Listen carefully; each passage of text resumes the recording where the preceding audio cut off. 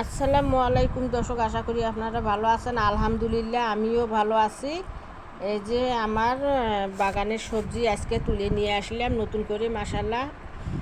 এর আগে দেখাইছিলাম যে ঝিঙ্গা ধরেছিল, এটা হলো দুইটা কালার, সরি তিন রকমের জাত লাগাইছিলাম, তার মধ্যে একটি গাছ বেঁচে আছে। এই যে বড়টা তুলে নিয়ে আসলাম, যার কারণে মাছি পোকার জন্য ফেরামন ফাঁক এখনও এবার এই বছর আমি কিনি নেই, অনেক মাছি পোকা। আর এই যে ধুন্দুল বা কদোয়া বলে, গতকালকে অনেকগুলো তুলছিলাম সবজির মধ্যে, ভিডিওতে দেখাইছি। আর আজকে এই যে মাশাল্লাহ কী সুন্দর বরবটি তুলে নিয়ে আসলাম। আর যে দুই প্রকার বরবটি আছে, একটা হলো লাল আর একটা হলো সাদা। এই দুইটা কালারে আছে আমার কাছে। ছোটোবেলায় বেগুনি থাকে, আস্তে আস্তে তোমার এইরকম কালার ধারণ করে।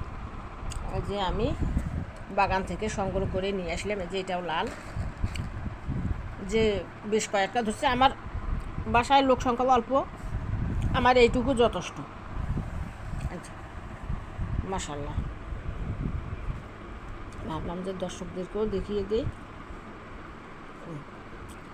এইটা একদম শুকিয়ে গেছে, মনে হচ্ছে পাইকে গেছে। তো অসুবিধা নেই, তুলে নিয়ে আসলাম, এটা রেখে দিব। গত বছরেরও অনেকগুলো আছে আমার। আর যে মাছি পোকা এখানে আর কি করে ফেলাইছে, একটু কামড় দিয়েছে।